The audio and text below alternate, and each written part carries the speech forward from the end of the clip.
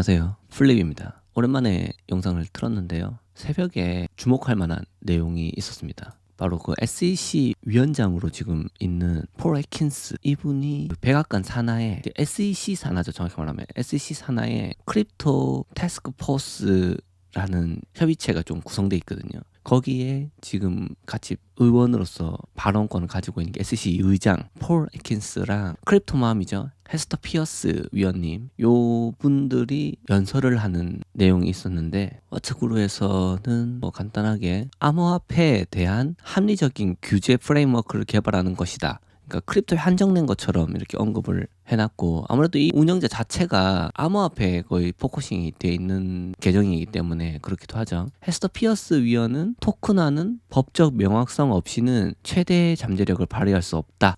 좀 약간 애둘러서 말해놓긴 했는데, 결론적으로는 토큰화가 규제가 꼭 필요하다라는 내용이죠. SEC 증권거래위원회에서 한 발언들, 의장으로서 임명된 사람이 한 발언이 전 세계적으로 얼마나 큰 파장을 미칠지는 우리 모두 잘 알고 있습니다. 파워가 그만큼 강력하기 때문에. 그래서 실제로 이분들이 어떤 연설을 했는지 그걸 좀 한번 살펴보고, 거기서 우리가 좀 건질 만한 내용이 있는지 한번 확인해 보도록 하겠습니다. 먼저 폴 애킨스 회장이라고 되어 있죠. 지금 크립토 태스크 포스 요 기조 연설을 하셨었고요. 이분은 SEC 의장입니다. 이전에 제가 토큰화에 대해서 한번 설명을 해줬죠. 이 한 줄을 보면은 이해해 볼 수 있을 것 같은데, 오늘 주제가 증권이 전통적인 데이터베이스에서 블록체인 기반 원장 시스템으로 이전되고 있는 상황에서 시기적절하다. 요게 사실은 조금 어감이 다르죠. 왠지 이거 크립토에 대해서만 이야기를 한 것처럼 이렇게 나와 있는데, 실질적으로는 증권인 것이, 전통적인 증권이 토큰화가 된 거, 토커나이제이션에 대해서 언급을 하신 겁니다. 그래서 그 산업에 대해서는 저의 채널의 이제 방향성이기도 하죠. 토큰 증권에 대해서 제가 항상 설명을 드리는데, 그거에 대해서 설명할 때 종이에서 증권 거래를 하던 시대에서 엑셀로 넘어간 그런 혁명만큼 지금은 엑셀에서 블록체인으로 넘어갔다. 분산 원장을 통해서 활용되고 있다라는 거, 그렇게 설명을 한번 드린 일이 있는데, 똑같은 어조로 말씀을 하셨어요. 그리고 지금 이 온체인 증권에 대해서 암호화폐도 물론 똑같고요. 증권 및 기타 암호화폐 자산, 요거의 규제 변경의 필요성을 검토해야 된다는 거는 매우 동감합니다. 이거는 모든 크립토인들이 싫어하는 것 중에 하나였죠. 왜냐하면 증권이냐 아니냐를 따지고 뭐 리플이나 이런 데서도 되게 많이 다퉜었는데, 이 상황 자체가 1933년에서 4년 그때 하위 테스트 그 기준에 따라서만 결정을 했었기 때문에, 게리 겐슬러 의장이, 저는 뭐랄까요, 좀 업무 태만이었다고 생각을 합니다. 자기는 뭐 확실한 규정에 따라서 한 것처럼 말을 하지만 완전 별로였다 라는 생각을 좀 가지고 있고, 지금 이분처럼 세상이 어떤 세상인데, 그때는 심지어 엑셀 같은 것도 없었잖아요. 컴퓨터화된 것도 없었던 그런 시대에 있었던 거 하고, 지금은 심지어 분산 원장에서 올려서 얘기하고 있는데, 당연히 하위 테스트는 저는 바뀌어야 된다고 생각하거든요. 그래서 어찌됐든 규제 변경 필요성에 대해서 검토를 해야 된다고 주장을 하셨어요. 그리고 이제 온체인이 아니고 오프체인, 그러니까 블록체인이 아닌 것들과 블록체인 상에 있는 그 자산에 대한 규정을 하나로 묶을 경우는 기술 성장, 블록체인 기술 성장을 저해할 수 있다고 평가를 하고 있어요. 그러니까 구분해서 법을 제정을 따로 하겠다는 뜻이죠. 그리고 가장 중요하게 생각하신다는 게, 암호화폐 시장에 대해서 합리적인 체계 구축을 해서 암호화폐 커스터디에 대한 걸 말씀을 하시는 것 같고요. 그 악의적인 행위, 그러니까 뭐 분산 원장을 활용해서 토큰을 뭐 더 찍어낸다든지, 좀 보관에 대해서 쉽게 있는 자산을 따로 가져간다든지, 뭐 그런 불법적인 행위를 하는 것을 방지하기 위해서 자기가 좀 힘을 쏟겠다, 그런 거고요. 기본적으로 투자자 보호 원칙에 따라서 이런 말씀을 하셨습니다. 이제 새로운 시대가 이제 본인이 온 거죠. 자기가 와가지고 시장 참여자들을 위해서 목적에 부합하는 기준을 설정할 거다. 새로운 기준을 만들 거다. 그리고 사기 막 조작하는 그런 나쁜 행위에 대해서는 단속하는 방향으로 돌아갈 거다. 단속을 계속 하겠다는 뜻이죠. 그리고 이 조율을 위해서 지금 말씀하시는 분 중에서 마크 우에다 위원이 있거든요. 일본계이신 분이 한 분 있고요. 헤스터 피어스 요 위원, 이렇게 두 분을 갖다가 노력해줘서 감사하다고 되어 있는데 마크 웨다랑 피어스 그리고 이 삼각 편대라고 할 수가 있을 것 같아요. 요 세 분 모두 토큰 증권이나 크립토 쪽에 블록체인을 활용하는 것에 대해서 긍정적인 편입니다. 그러니까 토큰화에 대해서 긍정적이다라고 말할 수 있을 것 같아요. 그리고 큰 꼭지로 세 가지 영역에 대해서 말씀을 하셨어요. 크게는 발행, 보관, 거래 이렇게 되는 거예요. 지금 배급이라고 돼 있는데 발행입니다. 인슈런스라고 돼 있을 거고요. 이 발행입니다. 원어가 보시면 인슈런스, 발행이죠. 발행이고 보관, 커스터디, 그리고 거래, 트레이딩. 그거에 대해서 언급을 하셨는데 내용을 같이 한번 보겠습니다. 먼저 이 배급, 그러니까 발행에 대해서 보면 발행을 좀 아무래도 충족하기 어렵죠. 하위 테스트 통과하기 어렵기 때문에 공개 발행을 좀 기피 해왔었다. 그리고 투자 계약 대상이 되는지 판단하는데 약간 기준점이 되게 애매모호하고 어려웠었다. 그리고 우리가 놓치고 지나갈 수 있는 거의 한계가 여기 보시면 단 4개 암호 자산 발행사만이 레귤레이션 A에 따라서 등록 발행하고 공개 발행, 등록하는 거랑 공개하는 거랑을 실시했다. 여기 이제 링크를 달아놨죠. 5번이라고. 그렇게 잘 지켜왔다고 얘기하는 예시, 그 4개 암호화폐가 단 4개 회사, 포렉킨스 의장이 말하는 4개 회사가 어딘가 보시죠. 예를 들어서 INX 리미티드는 F1 파일링을 따라서 암호화 자산을 공개했다. 이게 INX 토큰입니다.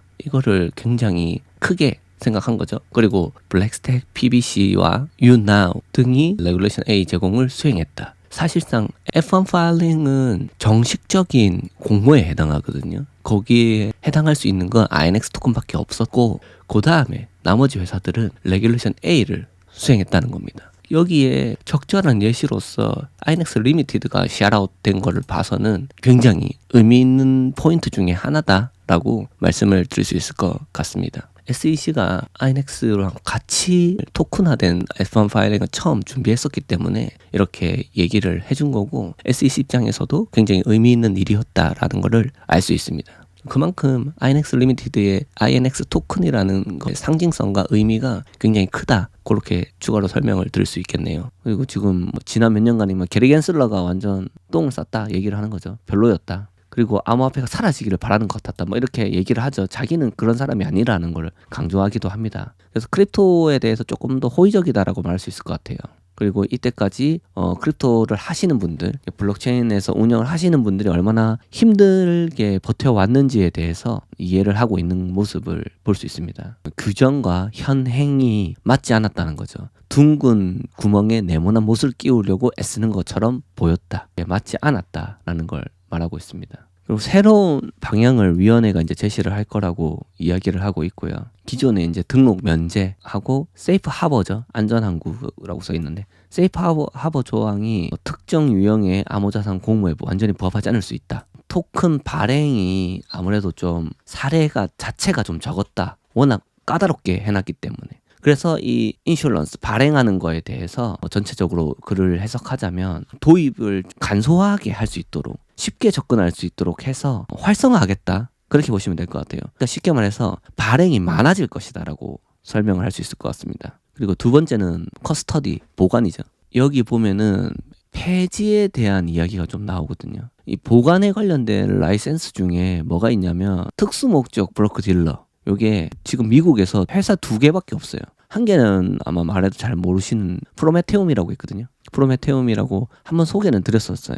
그리고 T0가 특수목적 브로커 딜러를 땄다고 이렇게 되게 좋아했는데 거기에 주요한 골자 중에 한 개가 커스터디였거든요. 근데 폐지를 한다고 합니다. 여기 써 있네요. 2곳만 운영되고 있는데 이 폐지하는 이유는 브로커 딜러 이제 비증권형 암호자산 또는 암호자산 증권의 보관기관 역할에 있어가 제한을 받지 않았다. 그리고 제한을 받은 적도 없다. 이거 유명무실하다라는 얘기죠. 그래서 이제 요 체계를 폐지를 하고 블록체인 기반의 자가 스탁 솔루션을 포함한 다양한 스탁 옵션을 허용하겠다라는 글이 써져 있습니다. 그리고 세 번째는 거래입니다. 트레이딩에 대해서 얘기가 돼 있는데 어떤 게 있냐면 되게 와닿는 부분이 있었어요. 사실은 라이센스 자체가 따기가 쉽지 않았거든요.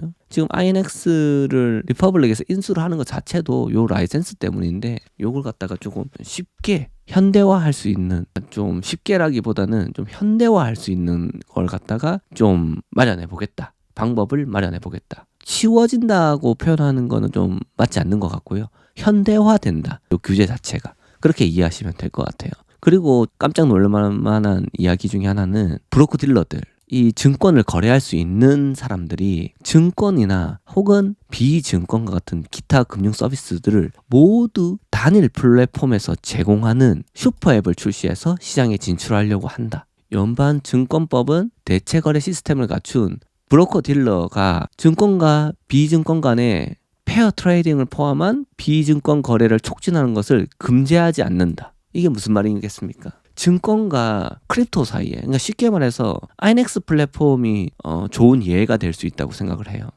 INX 플랫폼에서는 어떻게 돼 있냐면 지금 여기 보면은 페어 트레이딩을 금지하지 않았다고 써져 있는 부분이 무슨 말이냐? 증권은 크립토랑 교차해서 바로 페어될 수 없다는 뜻이에요. 쉽게 말해서 INX는 원래는 INX 토큰을 갖다가 팔면은 USD로 바뀌었고 USD가 다시 크립토로 바꿀 수 있는 부분인데 이것은 다시 중간 딸인 USD가 필요 없이 INX 토큰이 바로 INX per BTC, INX per Ether, INX per USDC 이런 식으로 즉각적으로 바뀔 수 있는 시스템으로 할 수 있도록 그 방안, 현대화할 수 있는 방안을 마련해 달라고 요청한 거예요. 그러면 이 거래소에서 상장 및 거래를 가능하게 하는데 도움이 될 수 있다. 이게 엄청난 시너지를 낼 수 있다는 겁니다. 저는 이 부분에 대해서 생각하는 게 이 슈퍼앱, 단일 플랫폼에서 제공하는 슈퍼앱을 INX가 가장 현실적으로 잘 실현했다라고 저는 설명드릴 수 있을 거예요. 원래 T0도 그렇게 진행을 했었는데 크립토를 닫아버렸어요.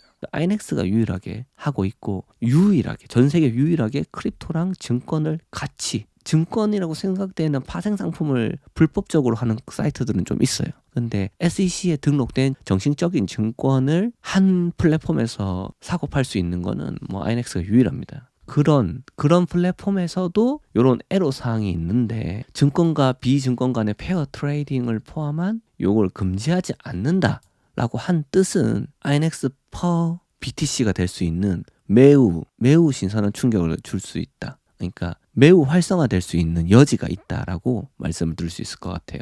이렇게까지 한번 읽어봤고요. 그래서 뭐 트럼프 행정부하고 뭐 어쨌든 정치적으로 막 힘을 써가지고 미국을 크립토 업계에서 최고로 만들겠다라는 이야기를 했습니다. 포레킨스 대단한 발표를 했다고 저는 생각을 하고요. 요 부분에 대해서는 한 번쯤은 지금 전 세계 대장인 미국의 증권법의 회장이죠. 폴 애킨스 회장이 어떤 마인드를 갖고 있는지는 우리 모두 이 토큰 증권에 관심이 있는 분들은 모두 알아야 된다 생각해서 이번 영상을 마련했고요.